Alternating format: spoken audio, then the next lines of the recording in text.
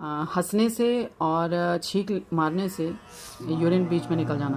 तो उसका main point था, ये लंग्स का 1 नंबर पॉइंट यहाँ पे आता है, ये सुजोग का विंड पॉइंट है, और एक पॉइंट यहाँ पे आता है इस जगह, ये भी जो है वो विंड पॉइंट ही आता है। तो दोनों विंड पॉइंट के ऊपर आपने काम करना है। यहाँ पे आपने एक मेथी दाना लेना है और मेथी ऐसे चिपका देनी है, और जिस जगह पे हमने डॉट लगाया है, ये जॉइंट का बॉर्डर एरिया, तो आपने यहाँ पे मेथी को चिपका देना है इस जगह पे। आपने लाल रंग से निशान नहीं लगाना है, और एक आपने ये दाना और लेना है और सेम इस जगह पे लगाना है। लाल रंग से निशान नहीं लगाना है, डायरेक्ट दाना लगाना है।